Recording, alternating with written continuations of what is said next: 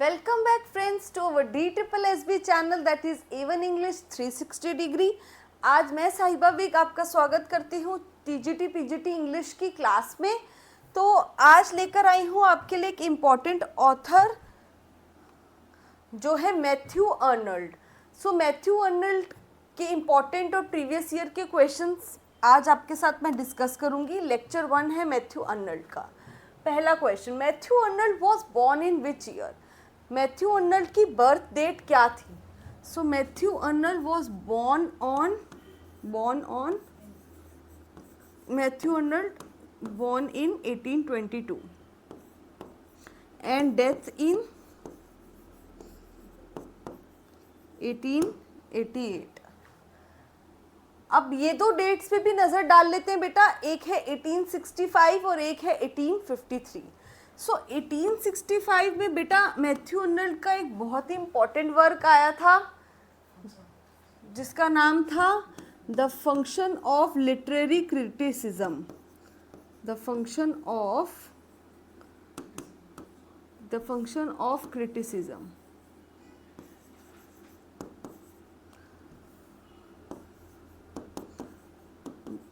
Function of criticism इनका एक work आया था जिसमें बताया गया था कि कैसे क्रिटिक्स को एनालाइज करना चाहिए वर्क को और कैसे नहीं करना चाहिए। 1853 में मैथ्यू अर्नल्ड का एक वर्क आया था जिसका नाम है the scholar gypsy. The name of the work is the scholar Gypsy.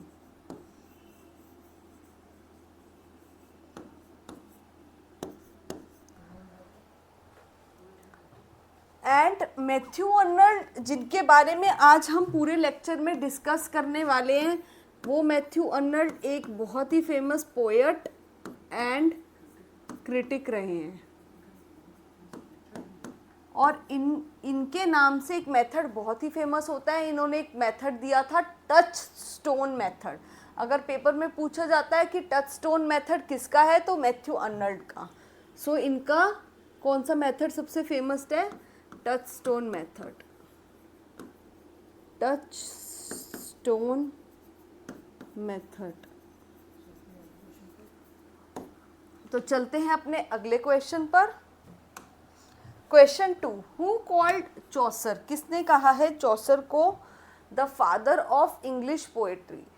किसने चौसर को फादर कहा है इंग्लिश पोएट्री का? सो it is Matthew Arnold. Matthew Arnold ने चौसर के बारे में कहा है कि चौसर तुम फादर हो इंग्लिश पोएट्री के। और चौसर के बारे में बहुत कुछ कहा गया है। क्या क्या कहा गया है? That he is the morning, Chaucer को कहा गया है morning star of Renaissance,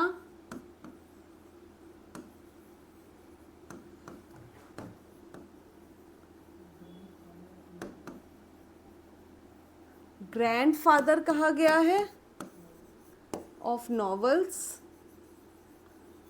grandfather of novels,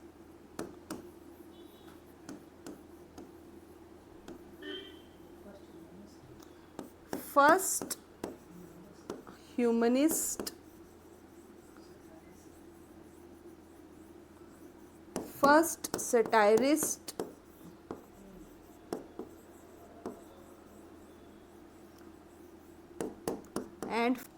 and first pelagiarist. He was the first pelagiarist. पहले पेलेग्रिस्ट भी थे वो।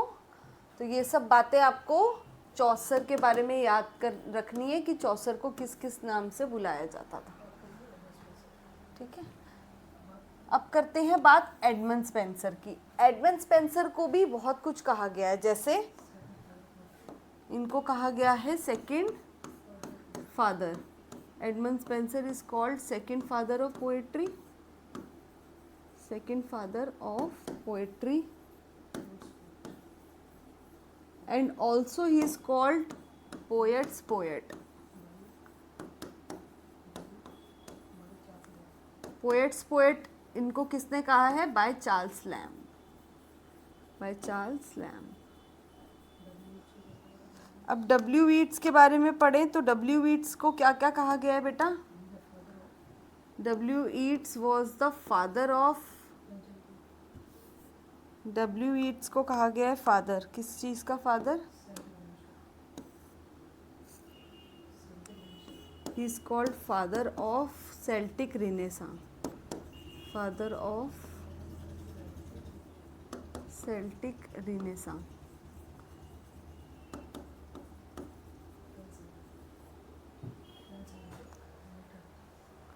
Next Milton, John Milton. John Milton का जो राइटिंग स्टाइल है, पेपर में कई बार आता है कि उनके राइटिंग स्टाइल को क्या कहते हैं। सो उनके राइटिंग स्टाइल को कहते हैं ग्रैंड स्टाइल। सो जॉन मिल्टन्स राइटिंग स्टाइल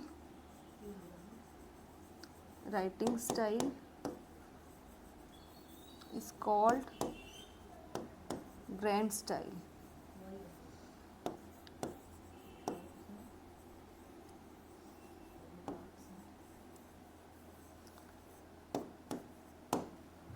और ये इनको कहा किसने था, जॉन मिल्टन को, grand style of writing? Matthew Arnold ने ही कहा था, bye Matthew Arnold.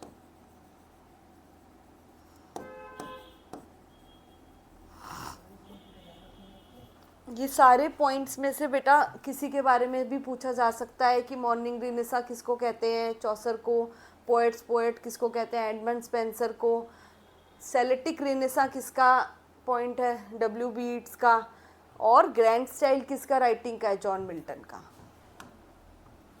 Question 3, when was Arnold's essay? Arnold का एक ऐसे था, the function of criticism at the present time, published in, इनका एक ऐसे था, उसका नाम था द फंक्शन ऑफ क्रिटिसिज्म। और इस ऐसे में इन्होंने क्या बताया है, he has portrayed the actual role of critic,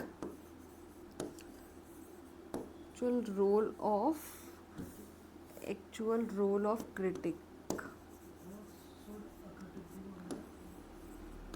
actual role of critic क्या रोल था कि what should he do, what should he do or not,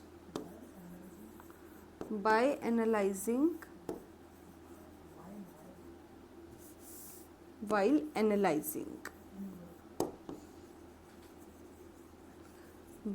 analyzing any work.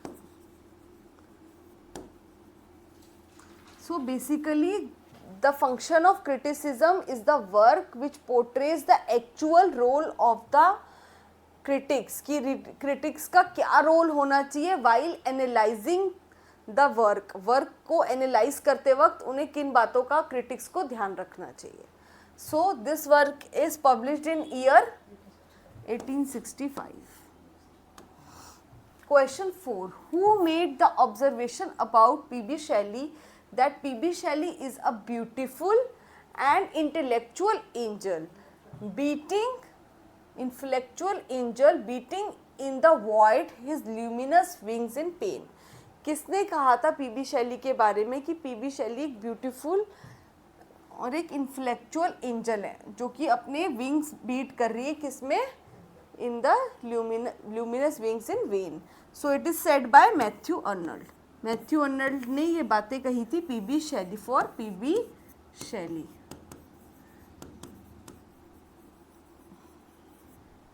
And more mankind will discover that they have to turn to poetry. यानी ज़्यादा से ज़्यादा Mankind को ये बात समझनी पड़ेगी कि हमें पोइट्री की तरफ मुड़ना है. To interpret life for us, यानी ज़िंदगी को, उसके मायने को समझने के लिए हमें पोइट्री की तरफ मुड़ना पड़ेगा. To console, to sustain us, without poetry our science, मतलब बिना पोइट्री के हमारी साइंस भी कुछ नहीं है, इनकम्प्लीट है, will appear incomplete. And more of what now passes with us for religion. हमारा religion incomplete है without poetry, क्योंकि religion में prayers वगैरह ये सब poetry में होती हैं. फिलॉसफी, हमारी फिलॉसफी जो है उसमें भी पोइट्री इम्पॉर्टेंट है। सो ये तीनों चीज़ें यानी कि साइंस, पोइट्री और फिलॉसफी, ये तीनों को will be replaced by poetry, इन तीनों को पोइट्री रिप्लेस कर सकती है। यानी इतनी ज़रूरी है पोइट्री इंसान की ज़िंदगी को समझने के लिए, मैनकाइंड को समझने के लिए पोइट्री बहुत इम्पॉर्टेंट है।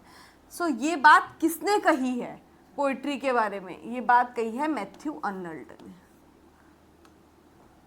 Question 6, in which landscape is the scholar Gypsy imagined? कौन सा ऐसा लैंडस्केप है जहाँ पे स्कॉलर जिप्सी को इमेजिन किया गया है? So scholar gypsy is imagined at Oxfordshire, and scholar gypsy है कौन? A former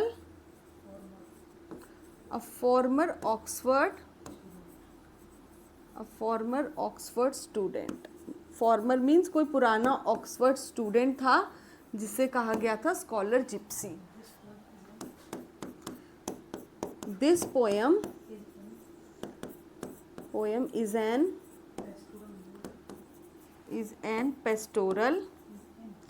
is in pastoral mood. ये पोएम पेस्टोरल मूड में है, comma,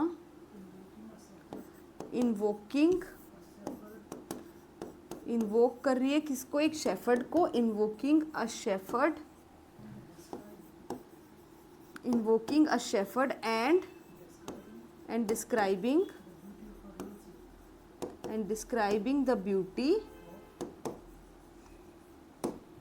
describing the beauty of rural scene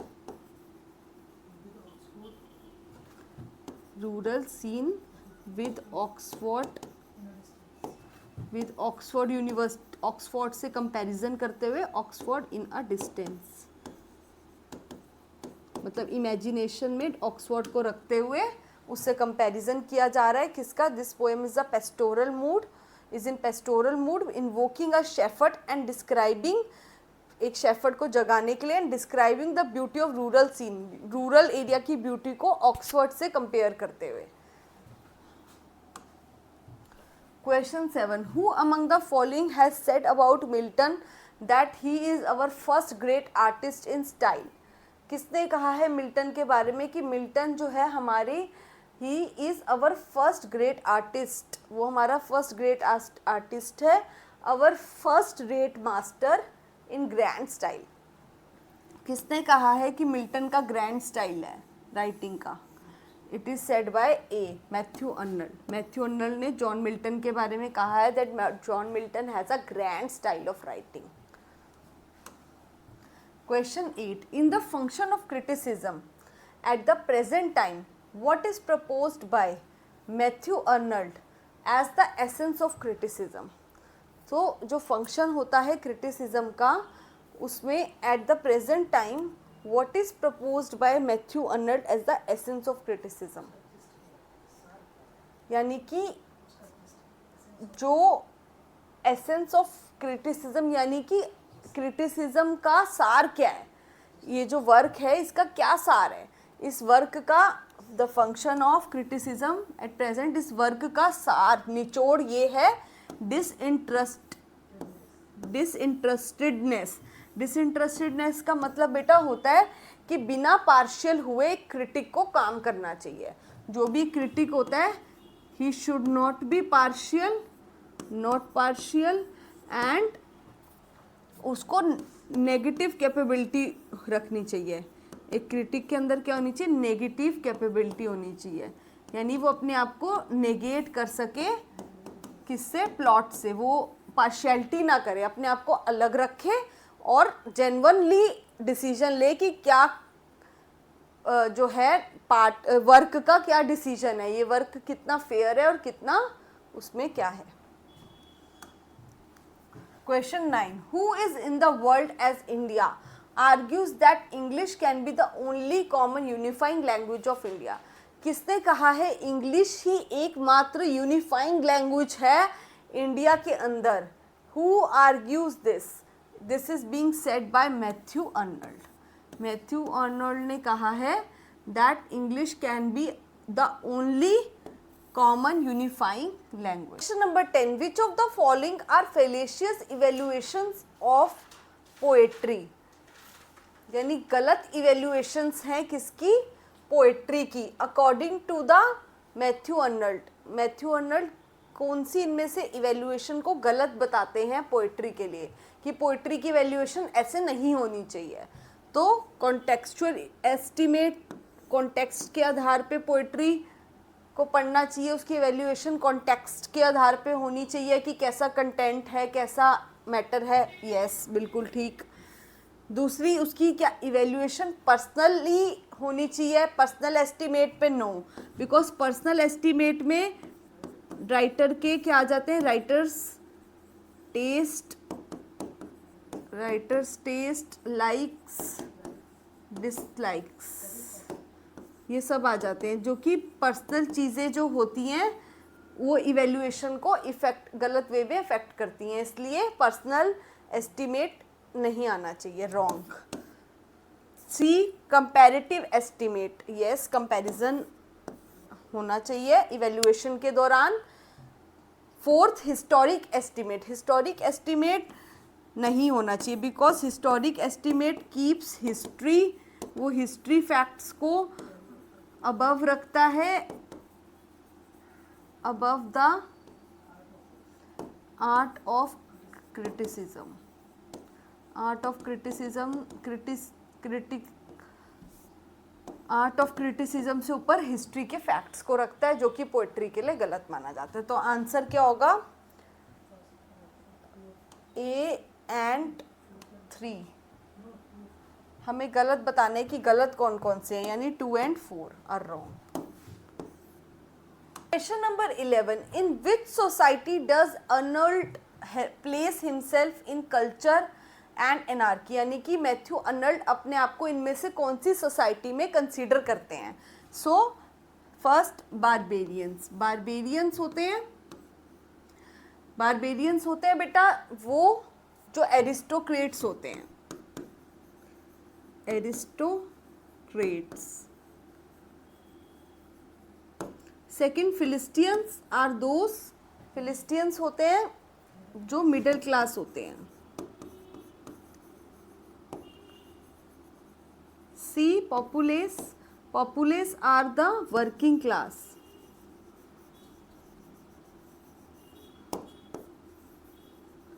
and fourth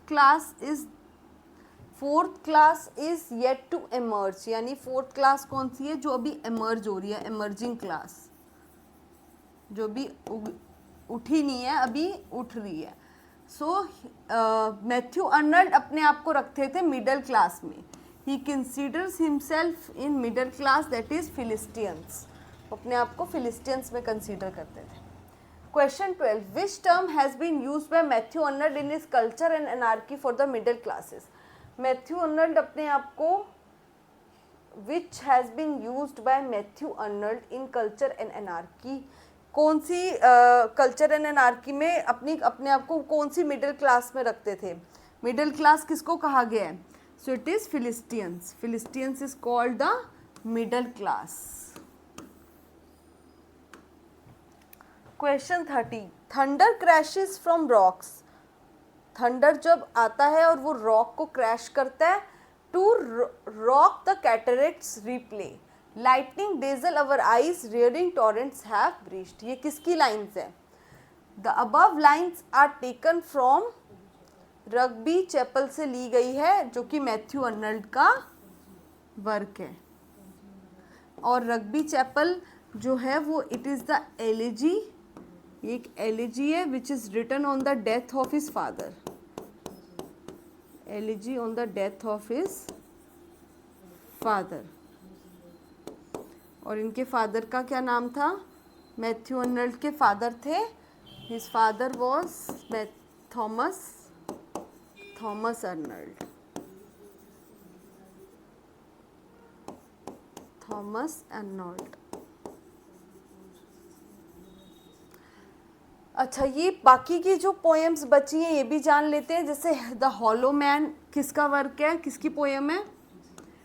hollow man is the poem of T S. Eliot. David Copperfield is the novel of Charles Dickens. ये Charles Dickens की novel है। And Ulysses is the work of Alfred Lord Tennyson. Ulysses Tennyson का बहुत important work है। ये सारे work आपको याद रखने हैं किस किस के हैं, कौन सा चार्ल्स डिकेंस का वर्क है, कौन सा टेनिसन का वर्क है। Question 14, the references of Hinkseys, Sibylla and Ilsley Downs are appears in. So ये जो रेफरेंसेस है हिंकलेस का, सिबिला का या इसले का, ये किस में ये नाम आते हैं, किस वर्क में ये नाम आते हैं? These are the works in Thyrsis. ये थायरेसिस में नाम आते हैं। थायरेसिस इज एन एलिजी, ये एक एलिजी है which is written on the death of Arthur huge Hallam. Elegy written on death of Arthur Hugh Clough. Arthur Hugh क्लफ।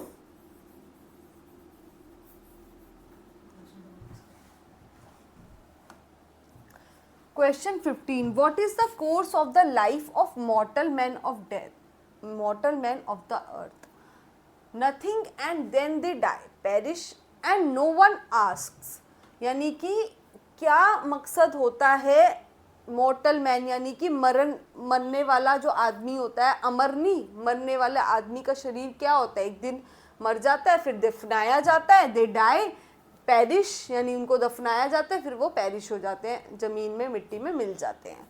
So these are the lines from Rugby Chapel. और ये अपने पिताजी के लिए कह रहे हैं कि उनकी डेथ हो गई थी, किस तरीके से जो है मॉर्टल मैन्स मर जाते हैं और फिर वो पैरिश हो जाते हैं।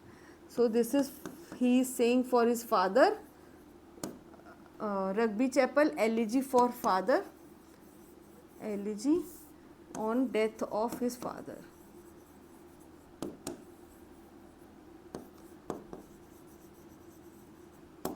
Next, question 16. Thyrsis was written to commemorate what? Thyrsis जो है वो लिखा गया है क्या commemorate करने के लिए? A. Thomas Arnold, B. John Keats, C. A.L. Tennyson and D. Arthur Hugh Clough. So Thyrsis was written to commemorate D. Arthur Hugh Clough. Arthur Hugh Clough की डेथ पे ये लिखा गया था बाय मैथ्यू अर्नल्ड। किसने लिखा था? Bye Matthew Arnold, bye Matthew Arnold. Thomas Arnold, Thomas Arnold कौन थे? फादर थे मैथ्यू अर्नल्ड के। सो इनकी मौत पे क्या लिखा गया था? Rugby chapel.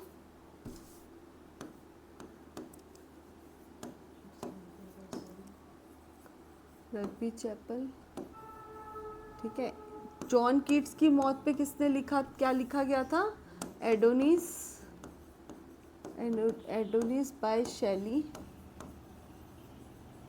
सी. A.L. टेनिसन। तो इन्होंने इनकी मौत पे किसी ने नहीं लिखा था, इन्होंने लिखा था किसकी मौत पे? On the death of a Arthur huge हालम।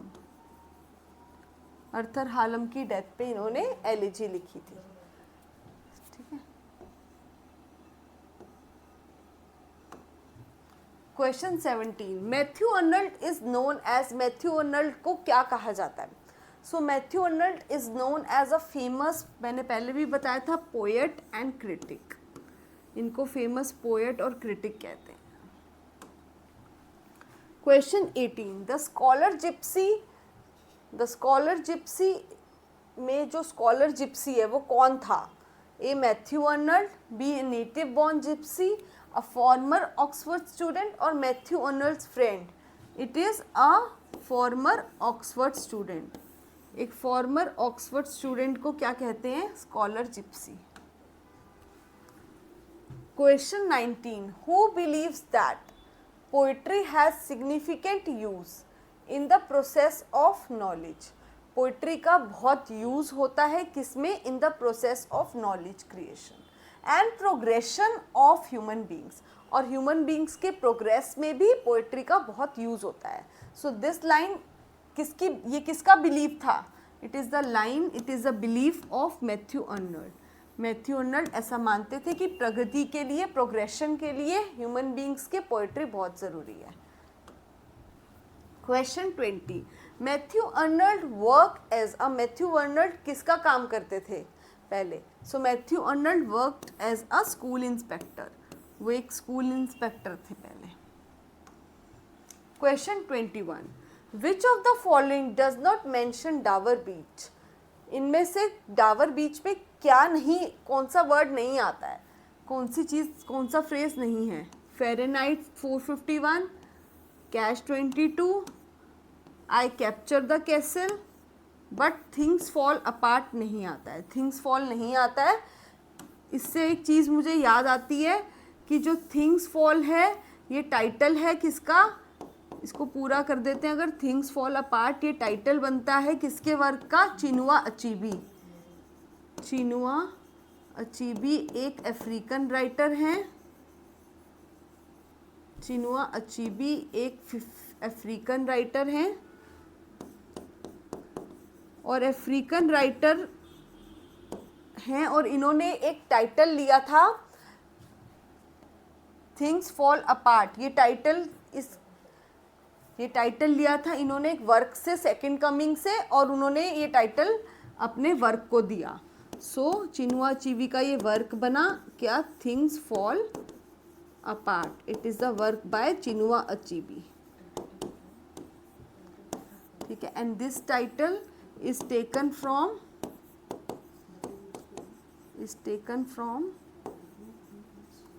W.B.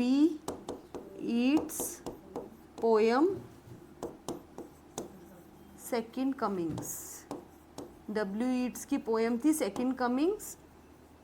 उसमें एक लाइन थी, the things fall at the centre can't hold, so the things fall apart from the centre that can not hold, कुछ ऐसी लाइन थी। सो उसमें उसी से ये लाइन ली गई है, things fall apart. 22, who said Arnold is at his best a very good but highly derivative poet? कौन कहता है कि अर्नल्ड जो है वो एट हिज बेस्ट तो थे but a very good but highly derivative poet, highly derivative poet थे वो? This is being said bye Harold Bloom. Harold Bloom ने ये बात कही है मैथ्यू अर्नल्ड के बारे में। Question 23, Sohrab and Rustam bye Matthew Arnold is inspired by, जो सोहराब एंड रुस्तम वर्क है मैथ्यू अर्नल्ड का वर्क है, और ये मैथ्यू अर्नल्ड ने इस वर्क को लिखने के लिए इंस्पिरेशन कहाँ से ली थी? सो बाय शाहनामा। शाहनामा से ली थी इंस्पिरेशन। और शाहनामा किसका वर्क था? Firdausi.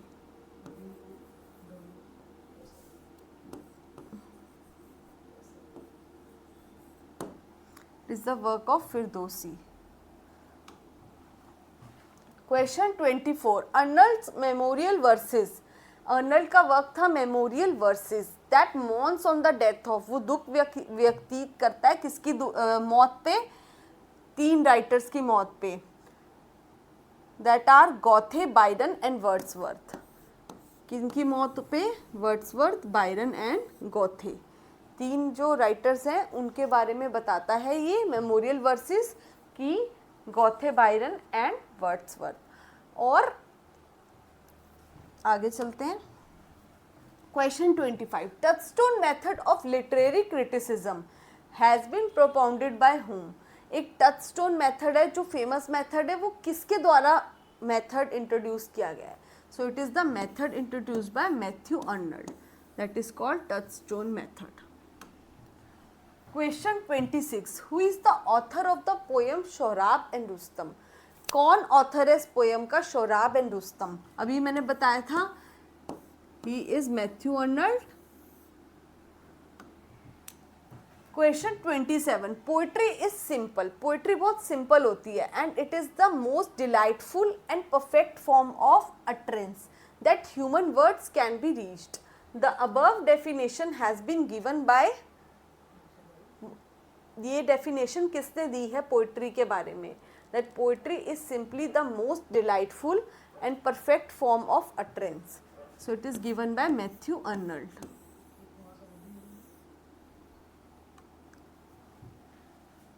Question 28. The reference of faithful shepherd appears in which of the following poems? Faithful shepherd की बात किस पोएम में की गई है? A. Crossing the bar, B. Rugby Chapel, C. Dover Beach and D. None of these. So it is Rugby Chapel. Question 29. About whom did Matthew Arnold write in his poem Memorial Verses that he led us as we lay at bed on the cool flowery lap of birth? कि वो हमें मतलब he led us, वो हमें छोड़ गया है और कहाँ पे? we lay at birth on the cool flowery lap of birth. So कौन किसके दुख में लिखी है अर्नल्ड ने ये मेमोरियल वर्सेस? ये मेमोरियल वर्सेस तो 3 राइटर के लिए लिखी है दुख में, Byron, Goethe and Wordsworth. But ये जो लाइन स्पेशली है कि that he laid us we lay at birth on the cool flowery lap of birth, ये लाइन इन्होंने स्पेशली लिखी है वर्ड्सवर्थ के लिए. What is the name of the Greek tragedy that is being written by the Matthew Arnold? So Greek tragedy का नाम था मेरोप, जो कि कब लिखी गई थी? 1858 में, and it is a Greek tragedy. So this is all for today. You can join me on A1 English 360 degree and